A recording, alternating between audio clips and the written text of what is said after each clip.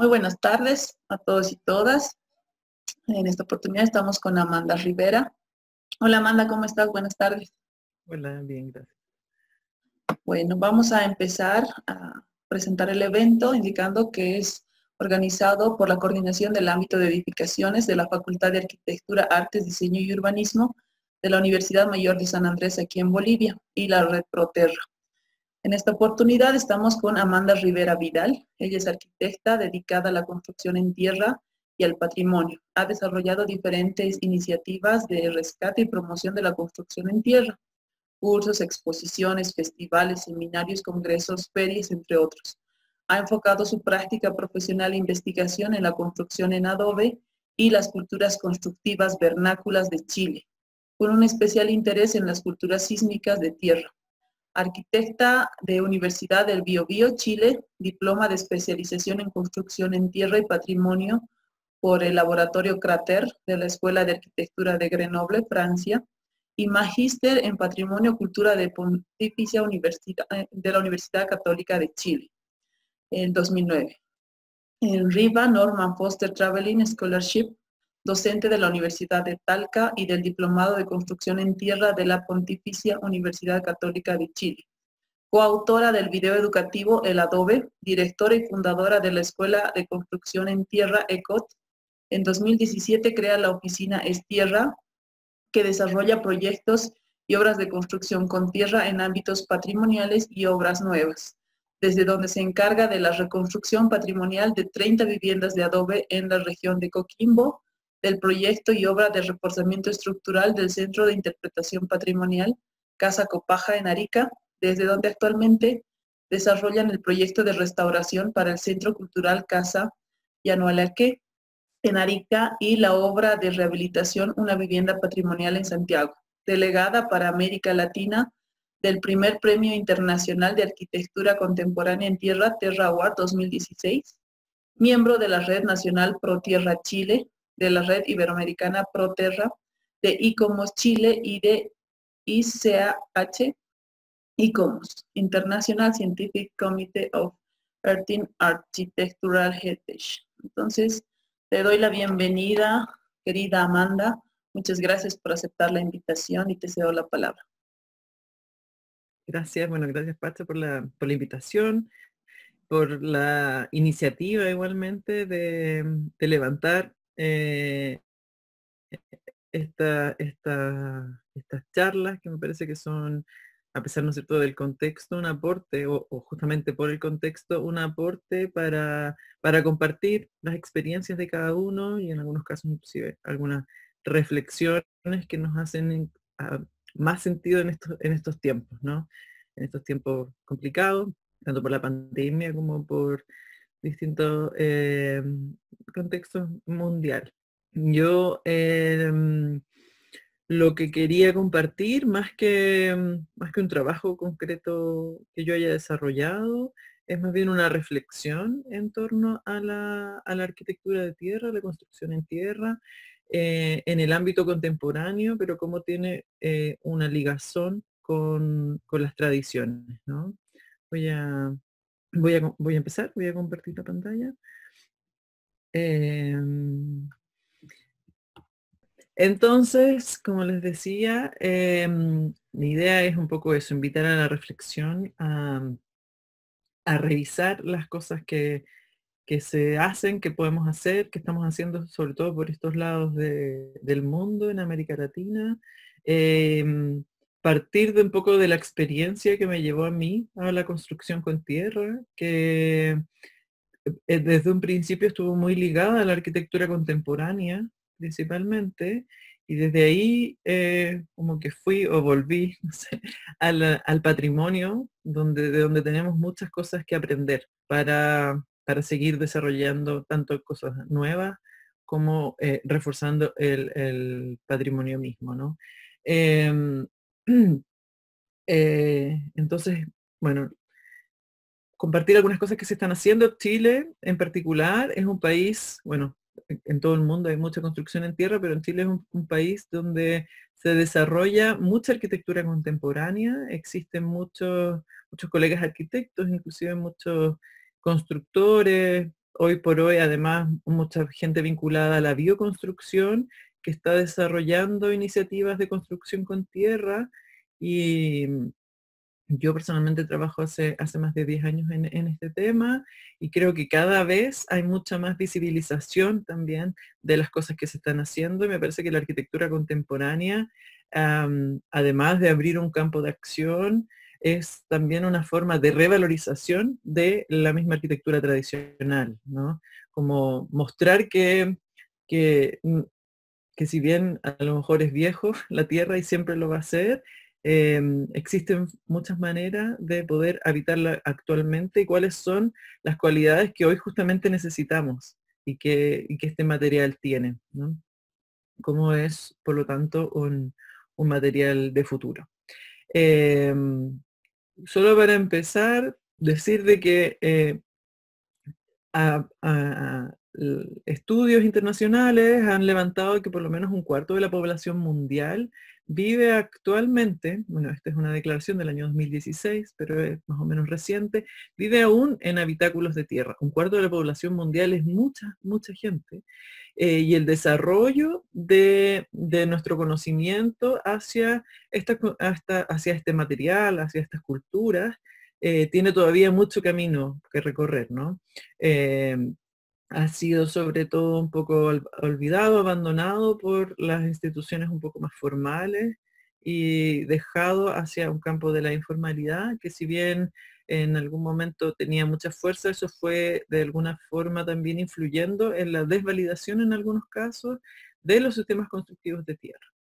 Por otra parte, muchos de estos habitáculos de tierra están asociados a construcciones tradicionales, muchos de ellos inscritos como sitios de patrimonio mundial. 180 de estos están, que es un poco lo más fácil de mapear, ¿no? Porque patrimonio hay múltiples, diversos, esparcidos por el mundo y habitáculos de tierra también, pero tener un mapa y una certeza sobre las técnicas, cuántas personas viven en construcciones de tierra es un número muy difícil de sacar. Solo acá en Santiago, por ejemplo, todo el centro histórico, las partes más antiguas son todas de tierra y muchas veces las personas que viven dentro de estas casas no saben que viven en construcciones de tierra. Entonces, solo con hacer un levantamiento, por ejemplo, de las estadísticas oficiales acá en Chile, no, yo no me fiaría de que realmente fueran las cifras de la gente que vive en construcciones de tierra. Entonces, tomé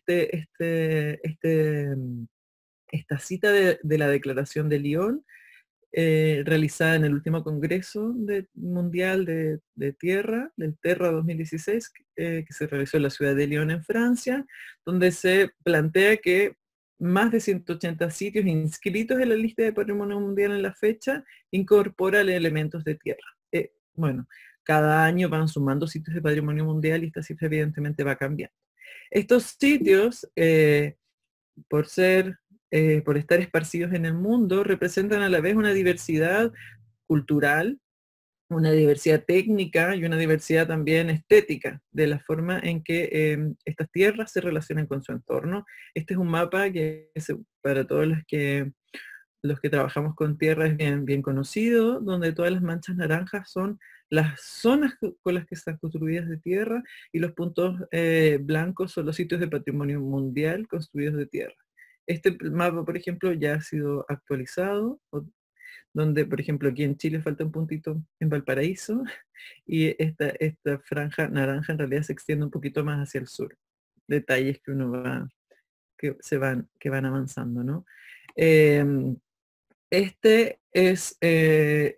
una investigación que se hizo justamente a partir de los sitios de patrimonio mundial de tierra por Crater y el programa web que es de sitios de patrimonio mundial, un inventario de sitios de patrimonio mundial de tierra realizado por la UNESCO, donde se levantan todos los sitios de patrimonio mundial que involucren tierra. Es bien interesante porque se hace un estudio de en qué lugares de la construcción involucran la tierra, qué técnicas se han utilizado. Entonces, bueno, yo les dejo ahí el nombre para que lo busquen, está disponible abierto, solo para tener una idea de la diversidad de las construcciones de tierra patrimoniales, ¿no?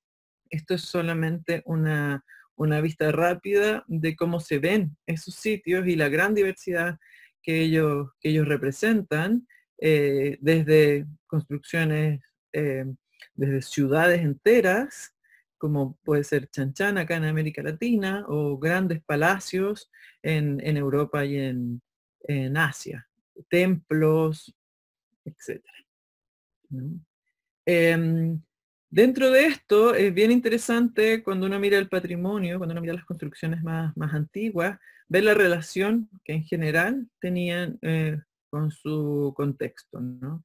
Y esto es muy importante cuando nosotros queremos construir cosas nuevas, porque, como se dice, no es necesario inventar el hilo negro, ¿no? Si bien uno quisiera hacer cosas innovadoras, es importante para poder hacer cosas nuevas, saber las cosas que se hicieron antes, ¿no? Y en ese sentido, con la tierra es muy importante aprender, como que nosotros los arquitectos a veces nos falta un poco eso, aprender a mirar lo que está antes de nosotros, ¿no? Y un ejemplo muy interesante de esto es la Gran Muralla China, que es una construcción enorme que abarca miles de kilómetros en Asia y que en los lugares donde se va levantando va cambiando. Van cambiando sus técnicas constructivas, van cambiando los materiales con los que fue erguida, justamente porque trabaja con los materiales locales y las técnicas que los locales sabían hacer. Entonces esto es bien interesante como para tener una premisa sobre cuando construimos, cuando intervenimos en un lugar, poder ver, ¿no? Lo que está alrededor, con lo que se ha construido tradicionalmente, no necesariamente para hacer exactamente siempre lo mismo, pero para saber tener ese punto de partida, ¿no? La Tierra, además de ser uno de los elementos más abundantes en nuestro planeta, es también un elemento de enorme, si bien es compleja, es sumamente simple, ¿no? Es un material ampliamente disponible y que solamente con otro elemento, que es el agua, en mayores o en menores proporciones, nos genera un abanico enorme de posibilidades técnicas y esto es bien graficado en un ejercicio, bueno, esta es la materia, esto es bien graficado en un ejercicio creado por el arquitecto peruano Wilfredo Carazas, donde justamente juega con esto, ¿no? Con la materia, el agua y el aire, y que en estos distintos estados podemos crear distintas técnicas y además las tierras diversas nos hablan también de estas técnicas, ¿no? Esto es muy importante para entender las construcciones antiguas y también para pensar en técnicas nuevas, ya sea crearlos o poder replicar técnicas nuevas, ¿no? Por otra parte, en el año 89,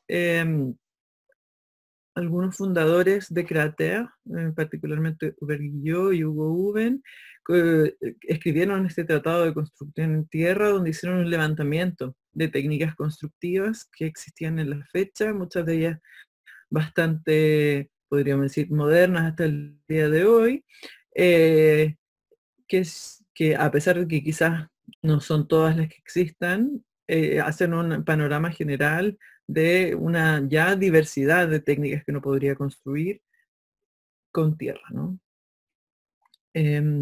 A pesar de eso, por ejemplo en Chile, cuando uno habla de tierra, no se entiende muy bien. Me dice, yo construyo con tierra y es como, ¿cómo vas a construir con eso, no? La gente en general habla del adobe. El adobe como si todo fuera de adobe y es muy común que alguien te diga, no, yo quiero un estuco en adobe o cosas de esas. Y el adobe es un material, es una técnica, es como si uno dijera, yo quiero estucar con ladrillos, no es posible, ¿no? El ladrillo es un material que nos sirve para hacer muros de albañilería. Bueno, el adobe es una de las técnicas una de las más conocidas y por desgracia también, diría yo, en Chile, por ser un país altamente sísmico, es uno de los materiales o sistemas más desprestigiados porque evidentemente al ser un país sísmico ha fallado en algunos momentos, pero como todo material depende mucho cómo se construya, ¿no? Y hay muchas, bueno, ustedes habrán escuchado, espero, al colega Camilo Giribas, un compañero, que habló particularmente de este tema hace un par de semanas, sobre las posibilidades sísmicas tanto de refuerzo como de diseño en las construcciones de adobe y los ejemplos chilenos, ¿no? Em, entonces, a pesar de que existe un conocimiento, que se está construyendo ese conocimiento, existe como la opinión pública general, hay un desprestigio hacia la construcción en adobe y bueno, y eso se repite en muchos países sísmicos, lo veíamos en unos últimos terremotos con algunas declaraciones de autoridades importantes en México, por ejemplo, y eso es algo que es recurrente y que tenemos nosotros como profesionales y en particular como partes de ProTierra y de otras redes internacionales, una labor ahí que hacer de educación y de posicionamiento, ¿no? de los materiales, de los sistemas. Bueno, el adobe por sí es un material más, pero tiene innumerables posibilidades. Hay una enorme diversidad de técnicas. Solo en Chile, por ser un país tan largo y con una diversidad importante geográfica y climática, hay diversas expresiones de la construcción en adobe tradicionales, pero además existen distintas posibilidades a nivel mundial y a nivel también, o sea, no tan solo del bloque mismo, sino que también estéticas. Existen muchas iniciativas que han desarrollado el trabajo más estético de este bloque, la reivindicación de esta albañilería simple de barro. Y entre eso hay una iniciativa educativa desarrollada por AMACO, que es un centro de investigación de materiales naturales donde Gianfranco Nogueira particularmente ha trabajado mucho en una formación que se llama el juego de adobes, donde justamente la idea es tener esta visión de diseñar bloques nuevos y de explorar las posibilidades estéticas del trabajo con un elemento modular, ¿no?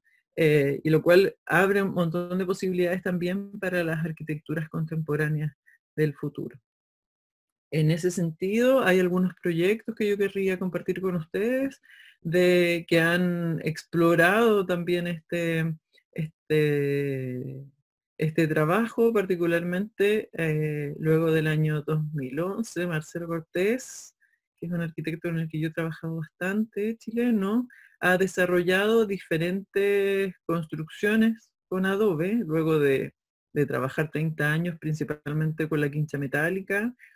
Él plantea que ha vuelto al adobe, eh, donde justamente esta es una primera indagatoria que él hace con respecto a la incorporación de volúmenes y de colores en el trabajo de las albañilerías de adobe, ¿no? Y después de eso, bueno, o antes en realidad, Marcelo y el equipo de Surtierra que trabajaban en esa época juntos, desarrollaron un proyecto justamente, que esto es bien interesante porque grafica bastante lo que me gustaría transmitir. Hicieron un proyecto de restauración de una antigua escuela en un pueblo salitrero en el norte de Chile. Es una construcción que era bien interesante porque alrededor de la plaza de María Elena había diferentes construcciones como que expresaban un poco la evolución constructiva de construcciones de adobe simple, construcciones de albañilería, de hormigón, diferentes que se habían hecho durante la época en que funcionó la salitrera. Y la escuela en particular presentaba esta técnica constructiva que era una construcción absolutamente de adobe, pero que cada 3 hiladas de bloques presentaba una malla de metal desplegado. No sé si conocen, son unas mallas que les hacen como como unas rajaduras, las rompen y después las estiran. Entonces son unas mallas que no son soldadas, sino que son en un solo plano, y estas mallas estaban incorporadas en el mortero de barro, en el mortero de tierra, y estas iban haciendo continuidad en todo el edificio. O sea, todas las esquinas tenían estas mallas, todas estaban a modo como de escalerillas horizontales, pero metálicas. Y esta tecnología, muy asociada a la producción del salitre, porque seguramente esta malla de metal tenía alguna relación con los ámbitos productivos, generó que este edificio fuera el mejor conservado de este asentamiento, y que a pesar de sufrir con algunos terremotos, este proyecto fue un proyecto de restauración de esta iglesia después de unos terremotos importantes en el norte grande de Chile, el 2005 y el 2007. Y este inmueble presentaba fisuras, grietas, pero que se ve que había sido progresivamente reparado por los habitantes locales, porque le rellenaban un poco nomás esas fisuras porque siempre eran superficiales. Entonces estas mallas de metal desplegadas horizontales generaron la continuidad de la construcción de albañilería y un refuerzo horizontal.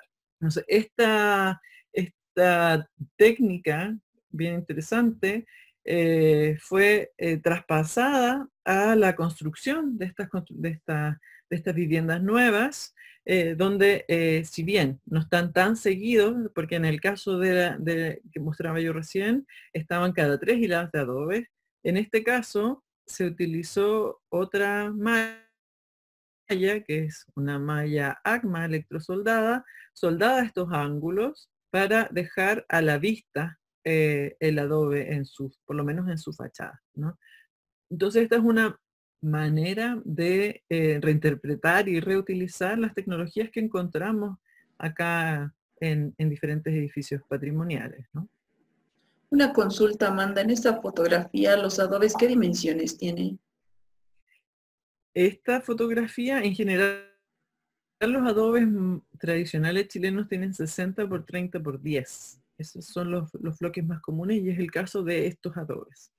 Sí, 60 por 30 por 10. Son bastante grandes en general, porque lo que se hizo también en estas construcciones fue respetar la esbeltez, que es comúnmente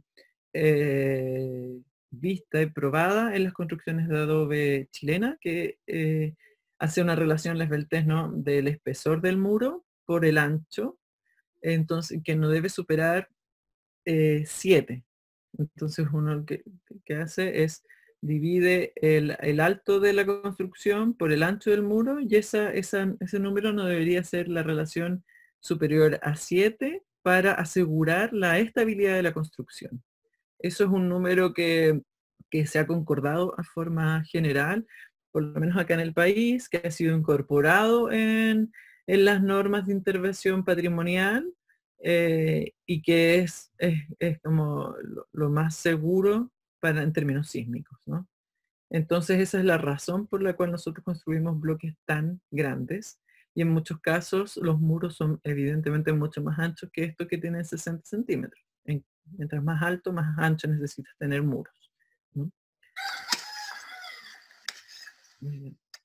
Esto es solo para mostrarles una diversidad además en otras técnicas constructivas macizas de tierra, que es una construcción que por lo menos en Chile no es tan común ver hoy, que hemos visto en algunas charlas que últimamente ha organizado en ProTierra. En algunos lugares se le llamaría pared de mano, y que en muchos casos hay algunos sitios arqueológicos que se creía que eran hechos de otras técnicas y que al parecer son hechas con esta técnica, ¿no? Que involucra una tierra que no es tan seca como el tapial y que sin embargo es hecho en el lugar y es un muro monolítico. En Chile tenemos el caso del sitio de Tulor, cerca de San Pedro de Atacama, en el norte, que se cree que es hecho con esta técnica, a pesar de que quizás no hay tantas investigaciones para asegurarlo al 100%, ¿no? Esta es una construcción nueva, realizada en Guinea-Bissau, solo para ver como las posibilidades, ¿no? de esta construcción. Bueno, esto es realizado por constructores tradicionales de ese lugar de África. Eh, pero esta técnica es una técnica ampliamente difundida en el mundo también, como son la mayoría de las técnicas, ¿no? Pero que también tiene evidentemente una posibilidad de desarrollo eh, de arquitectura contemporánea. Este es un proyecto bastante conocido para los que trabajamos con tierra, de Anna Heringer, desarrollada en Bangladesh. Es una escuela que fue construida con los mismos habitantes del lugar y que a pesar de ser la misma técnica que veíamos anteriormente, fue bastante cuidado para poder realizar muros completamente lisos, ángulos muy definidos, que quizás podrían ser más vistos como más contemporáneos, ¿no? Lo mismo sucede con las construcciones que realizan en el norte de Francia, un equipo de arquitectos que en esta zona en particular es una continuidad también de una tradición. En esta zona se construye principalmente con esta técnica que ellos llaman Bush.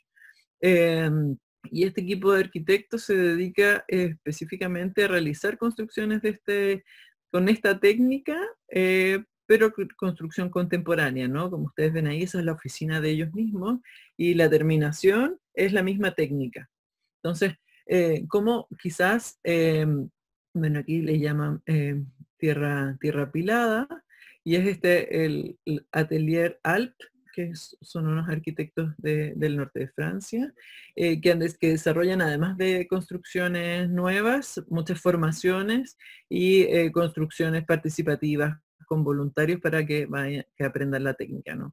Entonces, muchas veces asociamos esta técnica a algunas formas como más orgánicas o más que quizás podrían ser para algunos arquitectos contemporáneos poco contemporáneos por ser demasiado marcado el trabajo a mano. Pero es bien interesante cómo casi cualquier técnica nosotros podríamos adaptarla, ¿no? A nuestras necesidades, y lo que aquí es bien interesante es también ver dónde uno hace qué cosa. En esta zona de Francia llueve mucho, por lo tanto encontrar, por ejemplo, tierra seca es mucho más complicado. Si ustedes ven la tierra que se está usando, ya viene con mucha humedad. Entonces, eso también es una cuestión interesante o importante que reflexionemos cuando proyectamos las edificaciones, de que lo que nosotros vamos a hacer sea efectivamente realizable, ¿no? Si quisiéramos hacer construcción, no sé, voy a decir algo, con tapial, que es una técnica que necesita una tierra que tiene que tiene que estar seca en algún momento o muy cercano a seco, es difícil hacerlo en lugares donde es mucho más lluvioso. En este caso, además han desarrollado un trabajo para realizar unos encofrados de esta técnica, que es como un adobe grande, ¿no? Mucho más, quizás un poco más seco que el adobe, eh, donde han desarrollado una técnica de encofrado para asegurar los plomos y los cantos mucho más lisos, como se ve aquí. Un encofrado que quizás es mucho más es similar a las técnicas del tapial, pero que la mezcla es muy diferente, ¿no?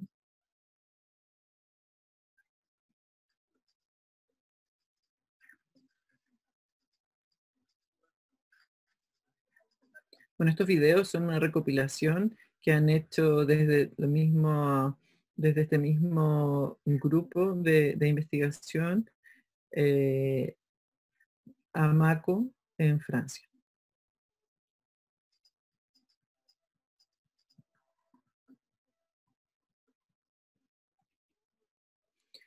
Después hay varios ejemplos. Quizás esto es una de las técnicas que por lo menos a mí como arquitecta muchas personas se acercan a preguntarme, que es con respecto al tapial, que es una técnica muy que gusta mucho por su estética, quizás muy parecida al hormigón, de muros generalmente bastante lisos y ampliamente difundida, sobre todo por arquitectos de Estados Unidos y de Australia.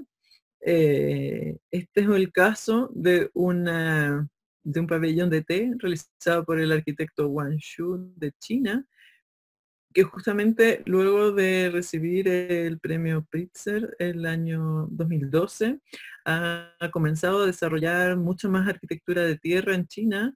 Él trabaja mucho con materiales de desecho, eh, con materiales reutilizados y la tierra como parte de la continuidad de la cultura constructiva china, lo cual es bien interesante escuchar su planteamiento hacia la arquitectura, ¿no? Y después existen además algunas estrategias de trabajo con la tierra que son bien interesantes de rescatar para las arquitecturas contemporáneas. Este es el ejemplo de, bueno, muchos conocerán, esta es la casa Rauch de Martin Rauch, que es un constructor de base ceramista que se dedica a la construcción en tapiales en Europa. Él es austriaco y en su casa hizo su casa de tapial, claramente, y desarrolló una técnica que es bien interesante, que es la incorporación de ladrillo cerámico en los bordes. O sea, todas estas líneas que ustedes ven entre medio de los tapiales son ladrillos cerámicos, o sea, cocidos, para desarrollar, para realizar una abrasión controlada de los paramentos, de los muros. Y esto es una técnica vista en Europa. Este detalle es en una casa antigua europea, también de tapial, y también es usado y ha sido visto en China, ¿no? Entonces, al tener los bloques que sobresalen del plomo del muro, significa que al llover genera eh, genera ahí un punto donde hay agua, ¿no? Y esa agua va a corroer hasta donde viene la otra, entonces viene el agua y hay una abrasión, pero solamente hasta donde está la próxima teja y aquí hay una abrasión y entonces esto no corroe más de la cuenta en este punto. Entonces hay un sobredimensionamiento del muro en esta parte, pero es controlado por este volumen de teja que sobresale, ¿no? Este es un poco lo que él quería hacer y por lo que yo he escuchado, cuando él terminó la casa, lo primero que hizo fue regar la casa por fuera para justamente todos los granos que estuvieran sueltos se soltaran y la abrasión se generara en ese punto y después hay un punto de estabilidad, ¿no? Cuestiones de detalles técnicos como este son bien interesantes cuando tenemos condiciones climáticas adversas. O sea, esta casa, aquí donde está emplazada, llueve y neva y todo. No sé, por lo menos acá en Chile me han preguntado muchas veces o me han dicho que es imposible construir más al sur del Biobío, de, no sé, de una cierta zona geográfica por la cantidad de lluvia o porque neve o etcétera, pero hay muchos ejemplos a nivel mundial donde las construcciones de tierra están en ambientes bastante adversos para la tierra, si uno quisiera ponerlo de esa manera, pero existen también eh, técnicas como esto que colaboran con la buena mantención de las construcciones. Una consulta y Amanda, la profundidad de estos ladrillos cerámicos, ¿tú sabes cuánto es aproximadamente? No lo sé, pero tengo algunos gráficos donde por lo menos lo que sobresale en realidad es poco del bloque mismo. O sea, el ladrillo tiene que estar bien empotrado para que no haya alguna posibilidad de que el ladrillo vaya como a salirse. Ahora, la forma en que esto se construye es que los bloques están puestos dentro del encofrado. No es que no son, no están puestos por delante después, ¿no? Sino que en el momento en que se hace el encofrado para este tapial, se rellena esta cierta capa con tierra, ¿no es cierto? Se pone en el borde una cuña, una reserva que no va a tener tierra, del porte de lo que va a sobresalir el ladrillo, que por lo que se ve aquí no creo que sean más de 2 centímetros. Entonces como si uno pusiera una tabla y pusieras el ladrillo que queda bastante casado dentro del tapial, y después rellenas nuevamente con tierra, y sobre el ladrillo pones otra madera para poder seguir apisonando hacia arriba, ¿no? Entonces, y después cuando desencofras, sacas estas maderas y queda absolutamente casado el ladrillo dentro del tapial. Después vemos que, bueno, construcciones con tapial hay diversas a nivel mundial. Acá en Chile también podemos ver varias, si bien es en general principalmente asociado a construcciones de campesinas en el sentido de separaciones de predios, y no hay una cultura tan masiva de construcciones de viviendas en tapial y menos de edificios de mayor magnitud en Chile. Si bien hay algunos ejemplos, no es lo más conocido, no es lo más difundido. En otros lugares, como en España, bueno, también en otros lugares de Asia, etcétera, hay una enorme cultura de la construcción en tapial, de forma tradicional, enormes, sobre todo, construcciones defensivas en el sur de la península ibérica asociadas a la influencia árabe. En esa zona fueron ampliamente desarrolladas, como se ve aquí este castillo en Manzanares, y esta es una técnica que se ha continuado con el tiempo, y un ejemplo bastante interesante de esto es una vivienda realizada por la arquitecta Àngels Castellarnau en España, que fue ganadora del el Terra World, Premio de Arquitectura Contemporánea, que voy a hablar un poco más adelante, ¿no? Que si bien uno ve las dos construcciones, dialogan mucho entre sí, ¿no? Parecía efectivamente que fuera una construcción que es la continuidad de la otra cultura constructiva, ¿no?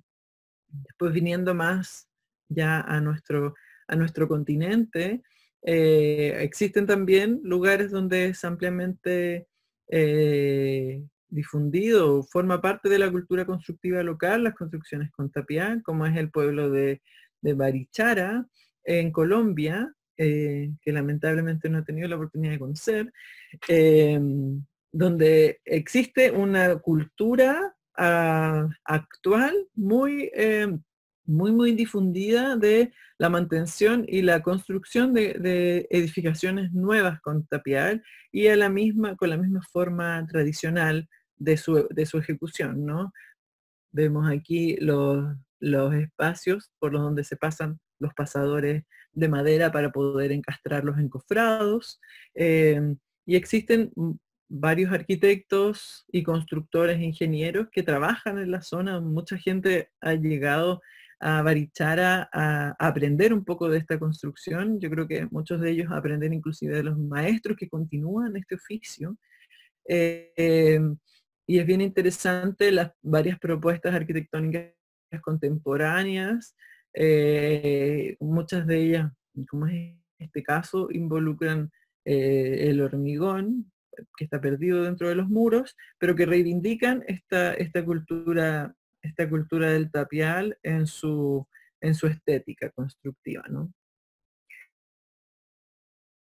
A pesar de eso, quería comentar un poco este ejemplo que tuvimos la oportunidad de conocer fue muy difundido en su momento, que es la Escuela de Artes Visuales de Oaxaca, que tiene muros importantes de tapial y que como concepto es bien interesante, sobre todo, bueno, por el uso de la técnica misma y por la exposición de este material. A pesar de eso, un poco como hablábamos antes, si bien hay veces que uno toma cosas de la arquitectura tradicional para desarrollar una arquitectura nueva, hay muchas veces que esos mismos conocimientos se obvian y uno quiere simplemente traer algo que vio, ¿no? Ya sea en otros, por sobre todo quizás en otros proyectos contemporáneos, ¿no?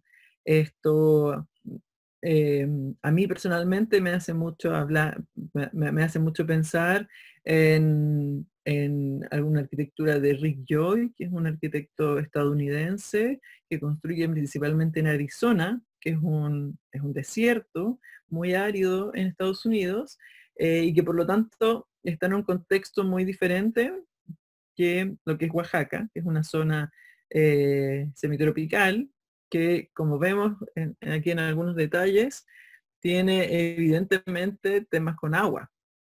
No debemos olvidar, y esto es algo que me pasa por lo menos a mí frecuentemente en la práctica profesional y docente, de que la tierra es tierra y la tierra con agua liga, con el agua se pega, el agua es el pegamento de la tierra, pero a la vez cuando hay demasiada agua, la tierra se vuelve barro y se deshace. Es su gracia, es su cualidad y supongo que su desgracia también. Entonces, conocer este simple hecho del agua es fundamental para que nosotros podamos concebir la construcción. La construcción sobre todo contemporánea, ¿no? Quizás en simple, y esto no necesariamente es limitarnos o sea, sí es limitarnos en términos de diseño, pero como todo, ¿no? En la arquitectura siempre hay una solución, o sea, es simplemente ponerle un metal arriba, si quieres que no se vea, algo muy sutil, que tenga un cortagoteras para que el agua no chorree por el muro. Hay muchos detalles que se han introducido, que podemos justamente inventar para que nuestra arquitectura se vea como queremos que se vea, pero tenemos que cuidarla. Aunque nosotros quisiéramos ponerle mucho cemento, el cemento tampoco es un material que de por sí sea un súper repelente del agua. Si bien tiene un comportamiento mejor que la tierra, tampoco es eterno. Yo vengo de una ciudad al sur de Chile, en Concepción, donde hay muchos edificios modernos de la época modernista de los años 60, 70, y tienen muchos problemas de corrosión, los hormigones, por la humedad ambiente, por la cantidad de lluvia que hay. El cemento tampoco es un superhéroe. Entonces, mejor pensemos, nos anticipamos a los problemas y los prevemos, ¿no? Entonces, este es un edificio que lamentablemente no está en uso y que ha tenido diferentes fallas, principalmente de concepción, de, de lógica estructural y climática, ¿no? Tenemos algunos problemas de grietas, por faltas de juntas de dilatación y problemas de erosiones en las zonas superiores. A pesar de eso, es un edificio que en su concepción es interesante, pero que evidentemente hay una falta de sensibilidad con el material que se está utilizando. Igual es interesante estudiar estos casos y ponerlos también sobre la mesa, no claramente para criticar a los arquitectos que lo hicieron solamente, sino que para entender de que la tierra es un material que debemos comprender, como todos los materiales en realidad, pero pareciera que con algunos materiales uno se olvidara de eso. Yo le pregunto, por ejemplo, a mis estudiantes si conocen qué es el hormigón. Y muchas veces nada saben cómo se hace el hormigón. El cemento es una cosa que se compra, es un polvo y que se le agrega arena y se le pone un fierro. Pero ¿cómo se hace? ¿De qué viene? ¿Cómo se inventó? Son cuestiones que es importante que sepamos, porque si queremos crear cosas para el futuro, estas son cosas que inventó el hombre, nosotros, las mujeres. Por lo tanto, son cuestiones que evidentemente son mejorables y que evidentemente tienen una evolución. pero nosotros tenemos que entender ese proceso para saber cómo eso evoluciona y cómo nosotros tenemos una responsabilidad de colaborar con esa evolución, ¿no? Y en ese mismo sentido, este mismo arquitecto que les mencionaba antes, que había incorporado los ladrillos en su casa, Martin Rauch, perdón, no es arquitecto, es constructor, actualmente desarrolló, y este es un proyecto un poco controversial para algunas personas, una técnica de tapial prefabricado. Él tiene una fábrica de tapiales, un galpón enorme donde él trae la tierra de ciertos lugares que ya conoce, tiene una dosificación de distintos materiales, piedras, arenas, gravillas, tierra, que él ya conoce y tiene una línea de producción donde con unos rodillos enormes va apisonando.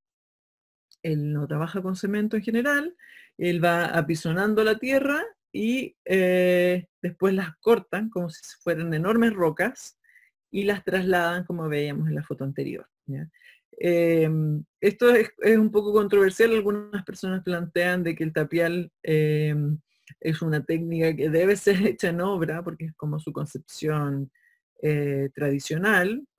Ahora, en defensa de Martin Rauch y en general en Europa, el problema de la construcción con tierra, a diferencia de otros materiales industrializados, es el precio de la mano de obra para la realización, que es un problema que no tenemos en Sudamérica en general, porque las personas que trabajan con sus manos son muy mal pagadas.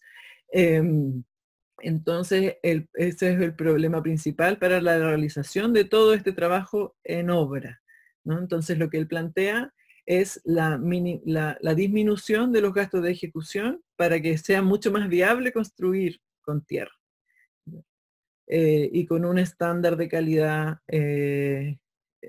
alto, ¿no? Entonces, este es un edificio que es bien icónico, es una fábrica, Ricola Air, es una fábrica de dulces en Suiza, que hicieron un tremendo galpón, que si bien tiene toda su estructura, como vemos aquí, de hormigón armado, la estructura portante, todos los muros que lo revisten, que son de bastante altura, son de tierra apisonada, prefabricada.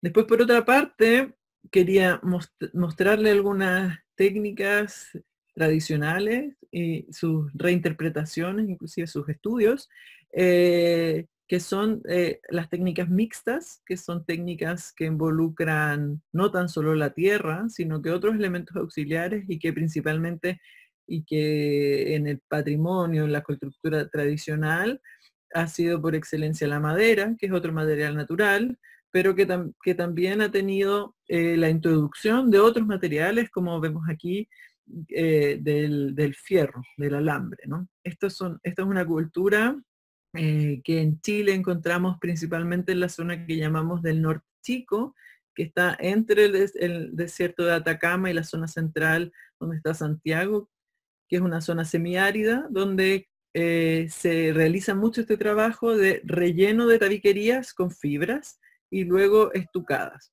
Y como se ve también con tierra estas fibras, ¿no? Y esto se encuentra en distintos lugares, con distintos tipos de fibras, básicamente con lo que haya disponible con los tipos de ramas de fibras que haya disponible en el paisaje. Esto es interesante porque desde los años 80, quizás un poco después, se ha desarrollado mucho en esta zona y también en otros lugares del mundo el trabajo con la paja como un desecho importante de la agricultura. Bueno, todo el desarrollo de las construcciones con fardos de paja mismo, pero acá en Chile hay un trabajo, yo diría que es una de las técnicas más usadas para construir con tierra, que es la quincha metálica, que es una técnica, o semimetálica, que es una técnica que rellena los muros de tabiquerías de madera con una fibra y luego esta fibra es confinada, ¿no? A veces es confinada con maderas, muy similar a la tradicional que veíamos anteriormente, y muchas veces es confinada con estas mallas electrosoldadas que vendrían a hacer el trabajo de los alambres que veíamos anteriormente. Yo conocía, esta es una de las primeras técnicas que conocí en la construcción con tierra y nunca lo asocié al patrimonio, ¿no? Hasta que en algún momento encontramos esas otras técnicas constructivas tradicionales, cuando pensamos que habíamos hecho algo absolutamente nuevo, en realidad estábamos, yo creo, reinterpretando una cuestión que ya habían hecho anteriormente nuestros antepasados, ¿no? Entonces es bien interesante también esa relación y cómo en distintos momentos hay distintos materiales que son más accesibles, ¿no? Por lo menos acá en Chile los fardos de paja en los momentos de la trilla son muy baratos, o sea, es muy fácil de conseguir, bueno, no en todo el territorio, pero en la zona central por sobre todo, donde se planta mucho trigo y genera una accesibilidad a la construcción con tierra y una rapidez de la construcción que es bastante importante para la difusión de esta construcción, ¿no? Y en este sentido, por ser una de las construcciones que más se ha hecho y que más se hace en general en Chile, hay un grupo de unos colegas arquitectos que han hecho toda una investigación y por sobre todo validación de este sistema constructivo en particular, que bueno, es como uno con algunas variantes. Este tiene un relleno de tierra, o sea, de paja con barbotina, con una tierra líquida, ¿no? Con una tierra muy líquida, una lechada, que después cuando esto se rellena en los muros se seca, se queda muy, muy rígido y es mucho más fácil después poder estucar y revestir estos muros porque no quedan así a la vista. Y después hay otra que le llaman la quincha seca, que estos rellenos, en vez de tener tierra con paja, tienen la paja seca y después esto tiene un estuco de barro. Esto es un poco más complicado en su ejecución porque en el momento de rellenar con la primera capa de barro es mucho más blando al tocar. Por lo tanto, cuesta un poco más, hay que hacer como una primera parte primero, que esto se seque y eso le da una rigidez para ya hacer una carga de barro un poco mayor. Pero tiene varias cualidades en respecto a la ejecución, a la rapidez de la ejecución, por estar seco. Cuando se seca mucho más rápido todas las capas exteriores, es mucho más liviano y por lo tanto también colabora en la aislación térmica de los edificios. Y en este sentido, un grupo de colegas, Romina Acevedo y Oscar, desarrollaron este manual de quincha liviana y ellos, además de desarrollar este manual, tienen lo que es mayor aporte, considero yo, es hicieron todos los estudios que son en general bastante costosos, por lo menos acá en Chile, para validar este sistema constructivo frente a la resistencia al fuego, porque bueno, una de las limitantes principales que tenemos, por lo menos acá en Chile, me imagino que es una cuestión a nivel mundial, son las validaciones en términos legales, digamos, de la tierra.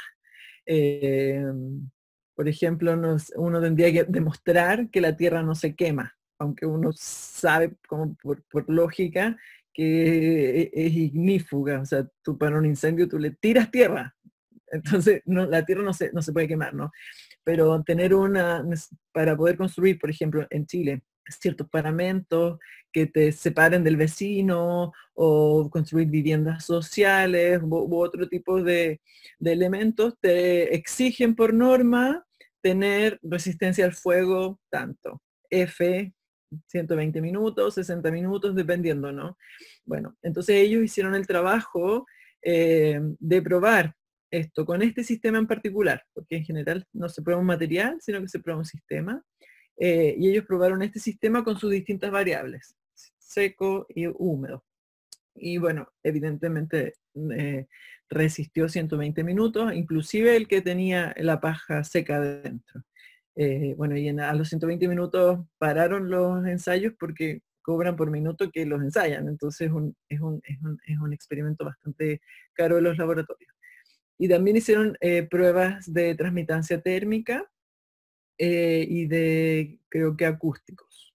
Entonces, con estas validaciones de los laboratorios nacionales, se puede uno adherir para hacer este tipo de construcciones con facilidad, y por otra parte se pueden hacer construcciones de viviendas sociales, que son viviendas que financia el Estado acá en Chile, y por otro lado, están inscritos, o ellos estaban en proceso de inscribirlos en un listado de materiales que tiene el Ministerio, o sea, de sistemas constructivos que tiene el Ministerio de Vivienda y Urbanismo para hacer viviendas sociales y que cualquier persona pudiera usarlos, ¿no? Por lo demás, ellos hicieron, todo esto está abierto, eh, eh, está disponible para que sea homologable en otros países también, ¿no? Y en este mismo sentido, de las quinchas y de los trabajos de técnicas mixtas, encontramos en el norte del país sobre todo, bueno, en distintos lugares con distintas variantes, las técnicas que no son encofradas, ¿sí? ¿No es cierto? Que no tienen un paramento externo que retenga los rellenos, sino que hay una estructura que retiene los rellenos que es interna, ¿no? Este es el caso de un proyecto que nos tocó desarrollar con Camilo Giribas en Arica, donde la principal técnica constructiva era la quincha de cañas verticales, donde ustedes pueden ver la estructura principal, son estas maderas, estos cuartones de madera verticales, y que tenía unos elementos horizontales secundarios, donde se venían a amarrar las cañas para hacer un tipo de cesto, como de encestado de cañas verticales. Eh, y después recibían la tierra. En este caso, nosotros rehicimos algunos muros con la misma técnica tradicional por problemas que tenían las maderas, y dejamos el sistema constructivo a la vista para que pueda ser evidenciado, ¿no? Pero este sistema, bueno, es ampliamente difundido a nivel mundial, y en Chile se hace de distintas formas, horizontales y verticales, en distintos lugares, con distintas fibras, ¿no? Ramas de sauce u otras cosas, básicamente lo que haya disponible. Y este sistema es un sistema también que ha sido muy reinterpretado o utilizado en la construcción contemporánea, como vemos aquí, por ejemplo. Este es un pabellón vitivinícola que hizo el arquitecto Patricio Merino para su proyecto de título en la región del Maule, en Chile, donde utilizó la técnica de la quincha. Y por otro lado, existen algunos arquitectos, algunos equipos de constructores que desarrollan una técnica ya en los años 90 o así, similar, pero en vez de tener una estructura interna de madera, una estructura interna de metal. Este sistema también es muy utilizado acá en Chile, donde lo que hacen es tomar, si se fijan acá, la malla, la misma malla electrosoldada que veíamos en el caso de las quinchas rellenas con paja, pero esta malla es plegada. Al ser plegada y soldada a unos elementos horizontales, se rigidiza.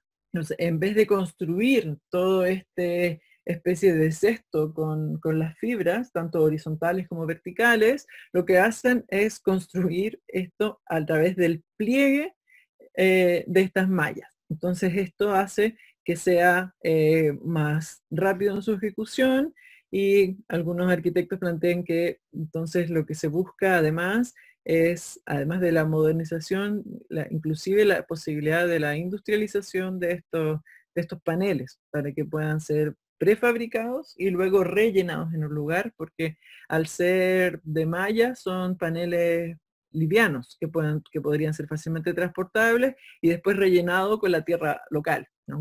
Armar como un mecano y luego rellenarlo con barro. Y en el caso, igualmente que las quinchas que veíamos como en Arica, esta estructura se rellena con tierra, y luego el relleno es hecho en capas sucesivas, es la terminación del edificio, tapando en general toda su estructura.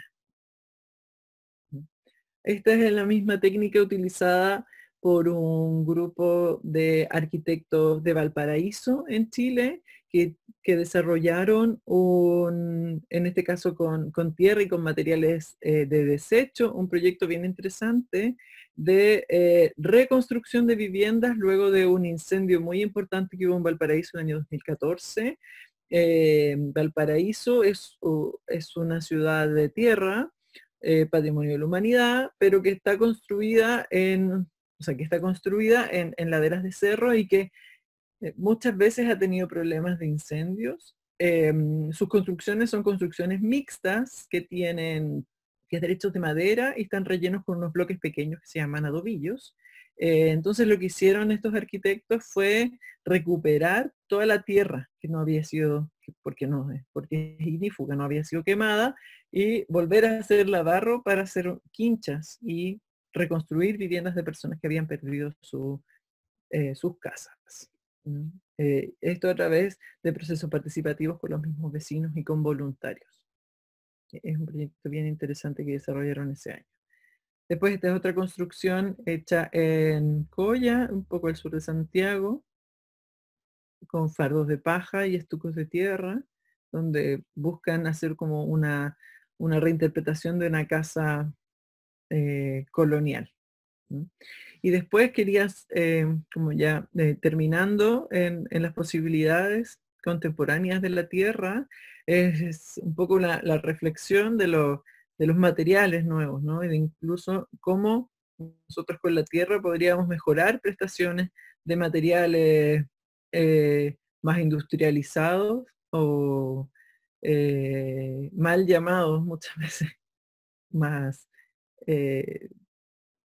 como comunes, ¿no? El cemento, el ladrillo, que muchas veces tienen muchos problemas térmicos, por lo menos es el caso de nuestras arquitecturas, yo diría, latinoamericanas, que quizás como los estándares de confort no son como los europeos, por ejemplo, donde la aislación muchas veces no es un tema tan resuelto, y que justamente la tierra en asociación con otros elementos como son las fibras diversas, tiene esas posibilidades, ¿no? Esto es una experimentación que desarrollaban en Cratère, en el laboratorio Cratère en Francia, para la utilización de una fibra, que en este caso es una especie de junco, eh, que, que en un lugar en África tenían un problema de que había una sobrepoblación de estas fibras. O sea, había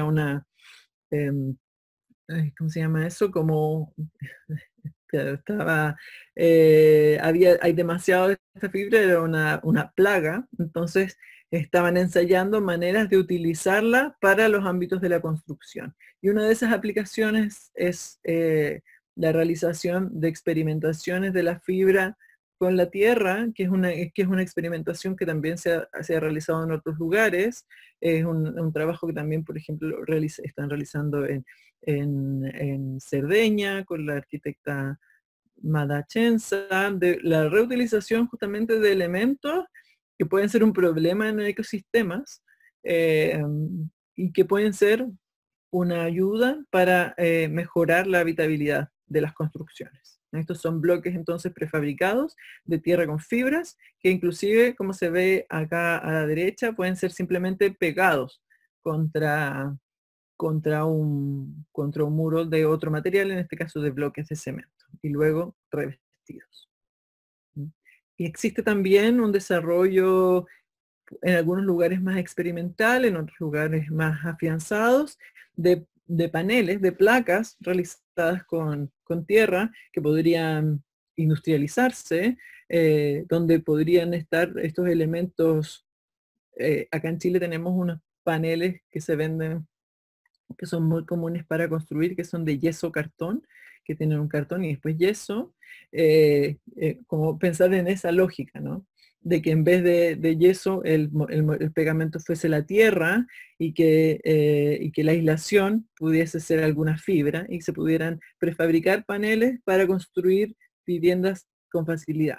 Inclusive en algunos casos la experimentación para poder atornillar estos elementos a algunas estructuras de madera, por ejemplo. Y en algunos casos la realización de estos mismos paneles, pero ya, por ejemplo, con instalaciones dentro de ellos, que es bien interesante, que podría ser tanto eléctricos como se ven aquí, como paneles que tengan, por ejemplo, calefacción dentro y que sirvan para pasar ductos de agua caliente. Por otro lado, y como para terminar un poco, me gustaría poner sobre la mesa el tema un poco más estético y de expresión que tiene la Tierra y la reinterpretación de los trabajos tradicionales de los revestimientos, ¿no?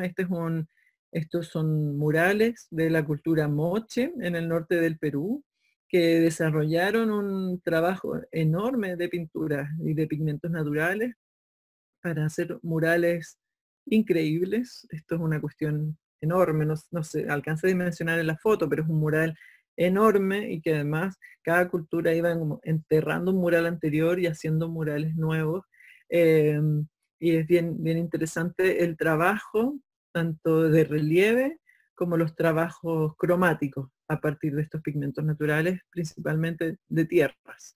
Por otra parte, existen en otros lugares del mundo, esto es una cultura muy interesante de Argelia, donde realizan un trabajo que ellos llaman como de escultura en los muros, y que cuando estucan los muros en fresco, van realizando sacados a la misma tierra para hacer estos relieves, ¿no?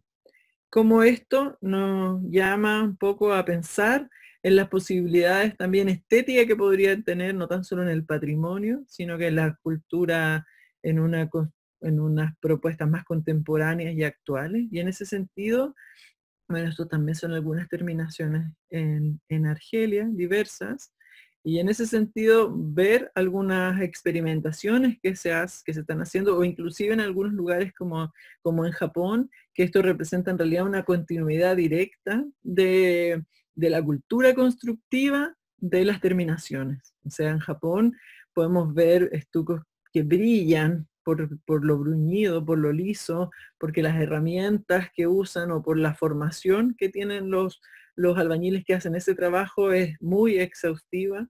Eh, y después hay algunos otros artesanos y arquitectos u otros que han desarrollado trabajos en este ámbito.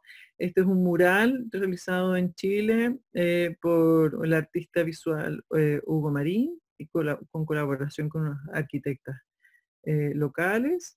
Y este es un trabajo bien interesante que querría mostrarles de la arquitecta Isabela Breda, que algunos quizás conocen, del desarrollo de distintas terminaciones ya un poco más artísticas aplicadas a la arquitectura, ¿no?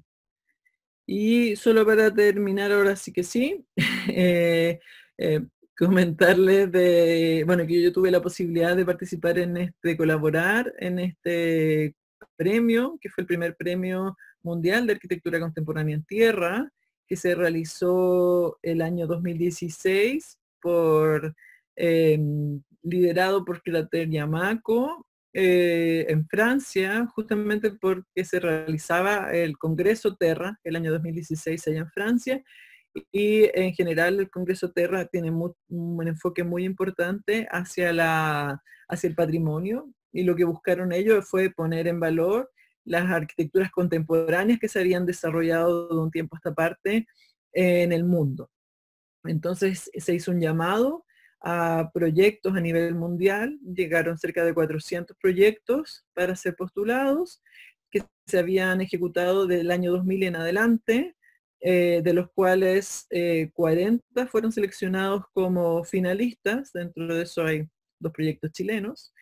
Y con esos proyectos se hizo un libro que es bien interesante y que lamentablemente no existe una versión en español. Es un libro que está en francés, en inglés y en alemán, pero que es bien interesante verlo, ¿no? Porque tiene una recopilación muy rica de las arquitecturas contemporáneas y es un poco una visión de lo que al año 2016 hay en el mundo. Y después de esos 40, en julio del 2016 se seleccionaron a 9 ganadores, a 9 proyectos ganadores, porque un ganador en cada una de las 9 categorías.